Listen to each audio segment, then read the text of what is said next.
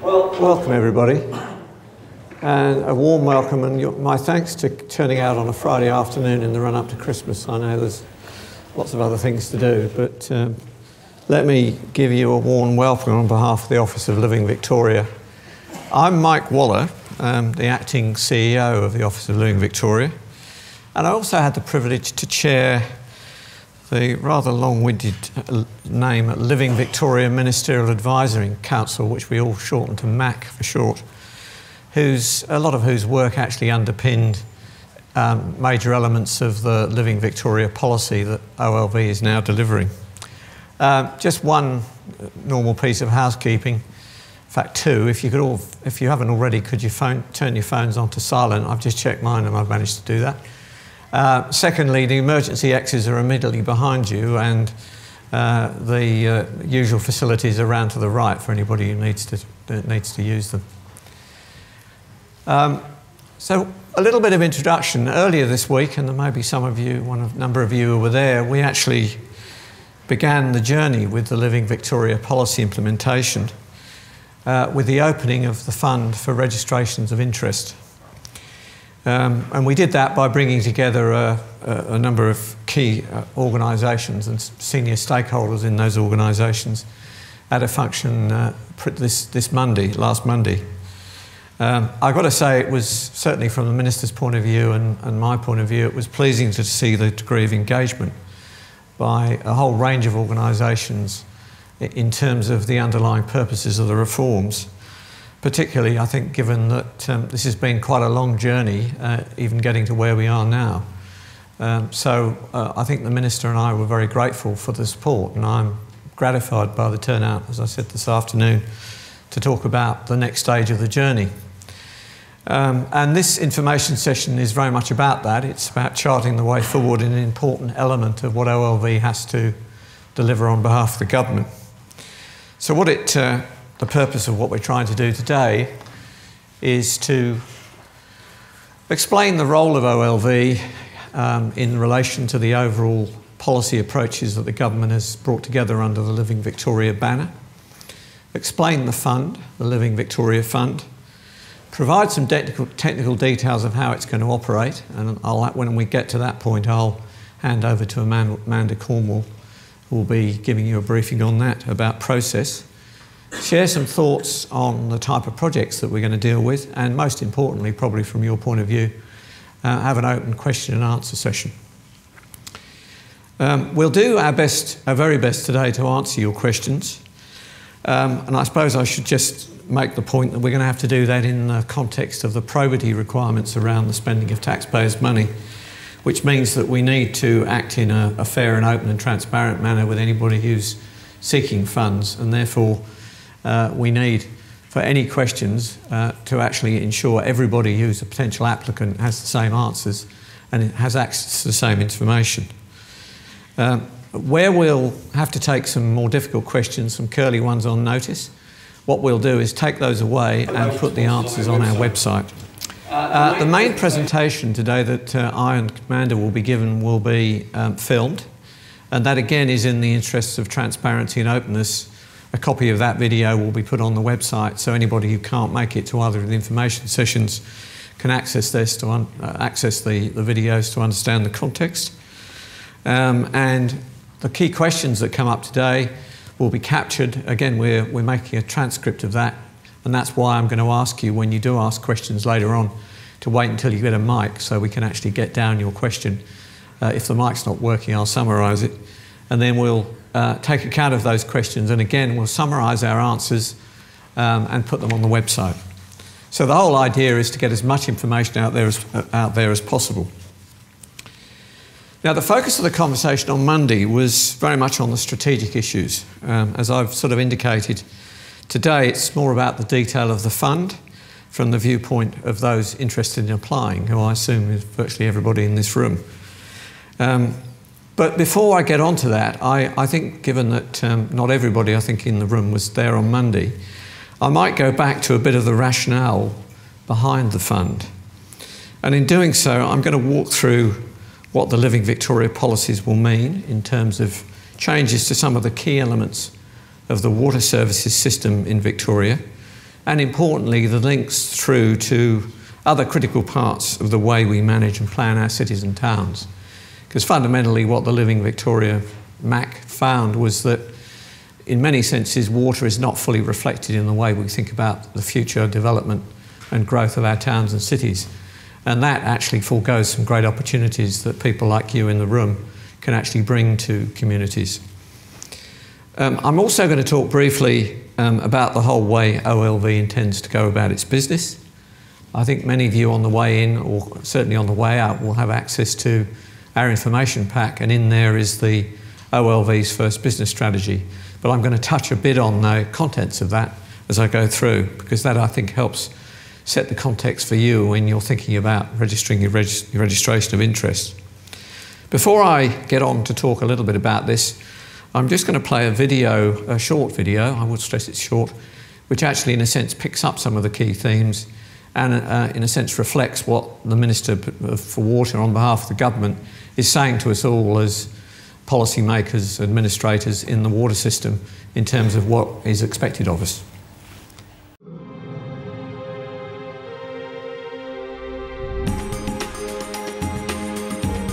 Over the last few decades, community attitudes towards water have changed dramatically. Victorians are now more sensitive to the effects of too little or too much water. End users, suppliers and consumers have all embraced change through water use behaviour, water-saving devices and some reuse projects.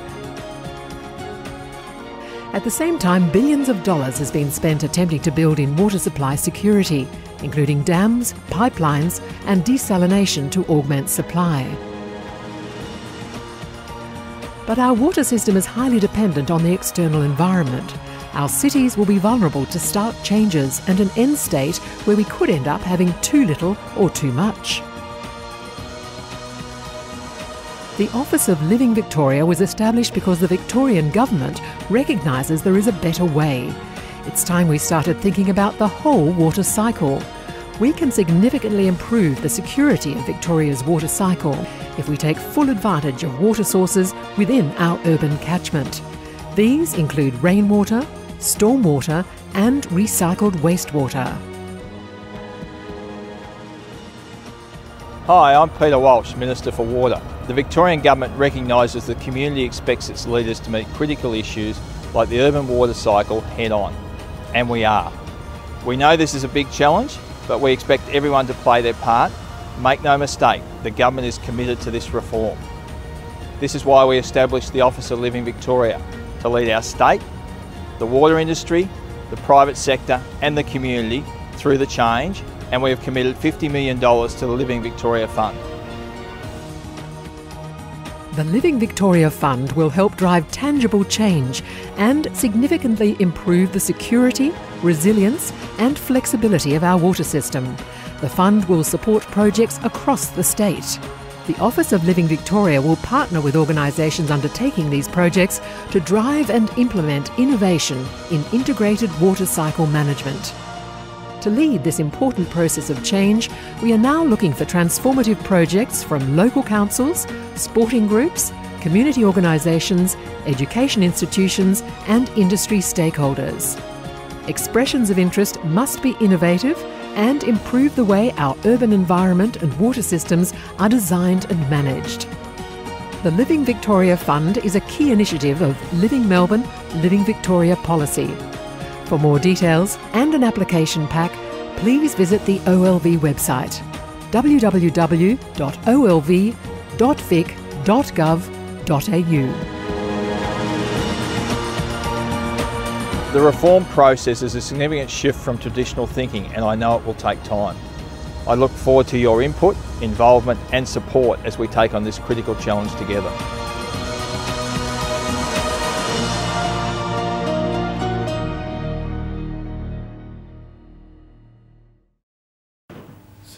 So I think the takeaway from that is quite clearly that the government and the Minister for Water are very heavily committed to making sure the fund works, and that if it is going to work, it means that we get the biggest potential download of potential projects that OLV can look at and collate and support.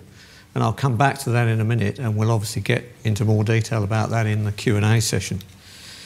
But before I get to that, I did want to just share with you, and for some of you this may be a commonplace, so excuse me if I'm telling you the obvious, some of the underlying drivers that I think we're trying to deal with here, which I think is an important context for thinking about your projects. As in a sense the video referred to, Victoria's population is growing pretty fast, and I think it is driving the way we think about water into a different space, in the context obviously of both climate variability. We've just been through a very bad drought, but also there are threats and issues around the way that the climate might react to broader impacts that are actually happening across the globe. On population, just in terms of Melbourne, which is at the moment going to be one of the focuses of the work of OLV, depending on whose numbers you believe, Melbourne's currently sitting at about 4.1 million. We could be looking at a population by 2050 of 6 to 7 million. Now that's adding a city the size of Adelaide to a city the size of Melbourne, and it, I think from a water systems perspective, presents major challenges, but also for people of the sort in this room, some major opportunities. And I think it's also true, it's not just a Melbourne issue. There are many regional centres across Victoria that are growing equally, if not faster, than Melbourne. And again, opportunities and challenges come along with that growth. I think the sort of underlying dynamic about that is that as we grow, as we become more urbanised, then we get more impervious or hard surfaces as we expand both upwards and outwards. And under the sort of traditional way that we've tended to think about water services, the great majority of the water that falls on our towns and cities will run off at a very rapid rate. It needs to be managed very carefully, and increasingly needs to be managed in that way if it isn't going to have some serious downsides. Just to share with you, when I went on the journey with the Ministerial Advisory Committee, the MAC, I came to the water sector pretty new. My background was mainly in resources and energy. But I was intrigued and indeed captured by some graphs that people like Peter Coombs and Mike Barry, who are some of the leading integrated water cycle modellers across Victoria and Australia, that have generated both the power of thinking differently about urban catchments, but also the costs and benefits of those different approaches. And I think the starting point here, and again, no doubt some of you in the room will know this already, is the difference between natural catchments and their sensitivity to water and climate, and the built environment where we tend to live and work. When I came relatively new to this graph really did fascinate me. And this demonstrates the trade-off and the impact in different systems, built and natural, between the level of rainfall and the level of runoff which becomes available for use in different uses of water. So in the bottom horizontal axis we've got rainfall, and we've marked 500 millimetres a year, which is a bit below the Melbourne average. And on the vertical axis we've got runoff, the amount that actually runs off into our natural and urban catchments. And the important point there is the difference between the green sort of semi-diagonal line and the blue line, which is about the way that the natural environment responds to different levels of rainfall. Now, the point quite clearly is that about 500 millimetres or below, we actually don't get any water running into our dams. The water tends to be absorbed into the ground by the ecosystems, and none of it is available for subsequent reuse for things like potable or indeed other uses.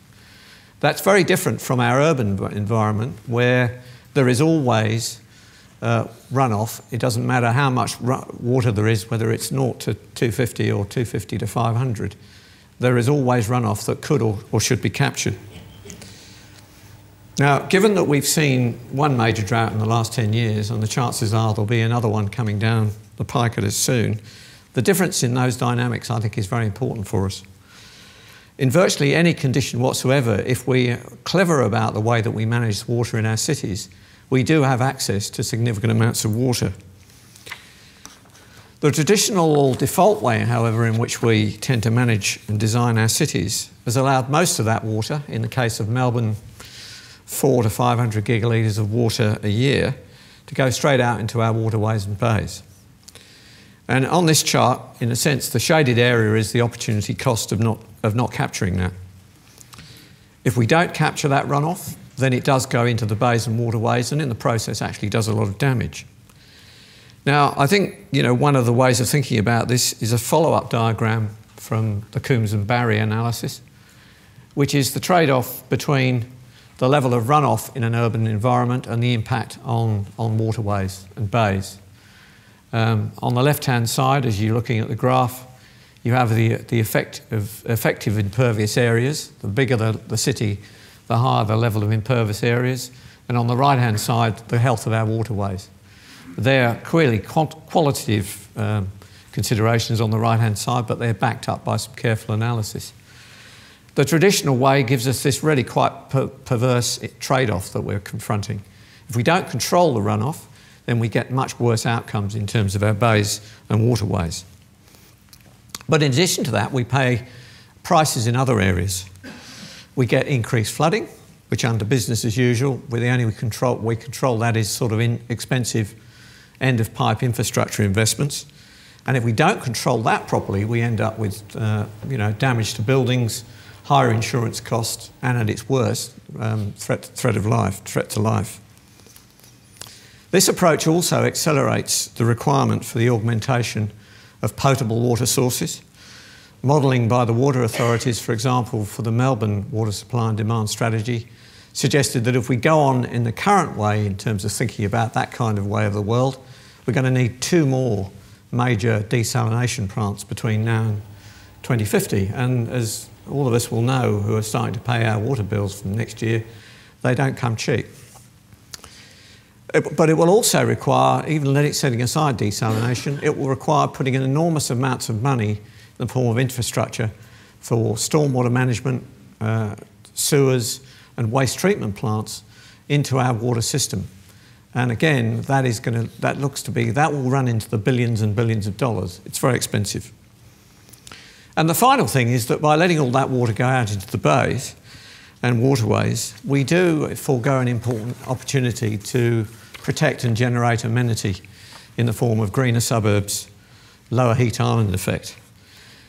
In the case of Melbourne, and I don't want to overemphasise Melbourne, but that's in a sense one of our focuses for OLV, that means that in particular the areas where we're growing fastest, which tends to be in the west, they're the hottest and driest areas, flattest areas around Melbourne. They will actually forego the amenity that's available to anybody who wants to look out to the 5 or 10 kilometre radius from where we're sitting this afternoon. Now, I think the interesting question is, well, can we in a sense reverse this perverse impact? And again, the answer from the modelling that I've been shown is quite powerful. If you do adopt that full cycle approach, integrated water cycle management, this multidisciplinary approach to thinking about the whole of the water cycle, then in fact what you're effectively doing is reducing for any increment of growth the impervious nature of your infrastructure in urban areas. So that has, the first effect is in a sense to drag down the effective percentage of the world that one's dealing with that is actually generating the runoff. The second impact is in fact to improve waterway health against what the baseline would have taken you to. Now, of course, a change like this costs money. Anything that requires significant change to our systems is going to cost money. It's not a free lunch. But I think the interesting question, and it's something that the MAC looked into in some detail, is the question is it more expensive than the traditional approach to the water infrastructure I talked about a bit earlier? The choices we have to make fundamentally, and they're really choices that I think you can help us come to grips with through this ROI process, are the pace at which we roll out the infrastructure and the relative costs and benefits of the IWCM, the integrated approach, versus traditional approach. Now that infernal arithmetic, as I describe it, has always got to be done. To some extent it hasn't been done as well as it could have done in the past, but we're increasingly getting to grips with it. But in terms of the overall cost, And I know this is something that's very much on the minds of particularly people like developers and householders.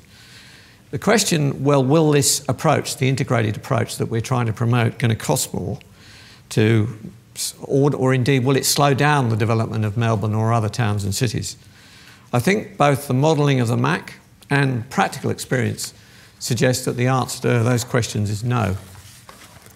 When we looked at the system costs of doing the two alternative approaches, the evidence from the modelling that we did pointed to a major economic benefit, particularly when taking account of risk and uncertainties. And I think this is an important point that I think you can help us with as a group and individually when you're thinking about your ROIs. Much as we tend to plan water services as though we know with certainty what the future is in terms of water supply and demand, actually when we looked at it, and I know when the WSDS, the Water Supply and Demand Strategy, looked at it, the future is a very uncertain place. Everybody says, you know, forecasting is very difficult, particularly if you're trying to forecast the future. In this particular case, it's very true. If you look ahead out to 40 years, which is really the kind of timescale you need to do when we're doing planning for our major cities and towns, we really don't know how a range of drivers are going to interact. What do I mean by the drivers? I've mentioned population, I've mentioned climate, but economic structure, community values, and indeed urban form. How much of our growth will actually take place in the inner urban areas and how much at the periphery?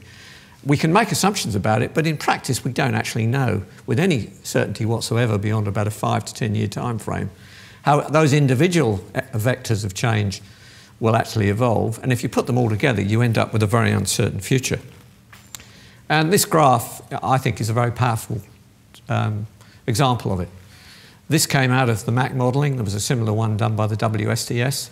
If you look out to 2050, 2060, depending on what your belief structures are, you either have a tremendous oversupply of water, which is probably no bad thing, although it depends how you pay for it, or you end up very short. And you therefore need to think carefully about how you're going to manage the different options you can play with against that background of really major uncertainty.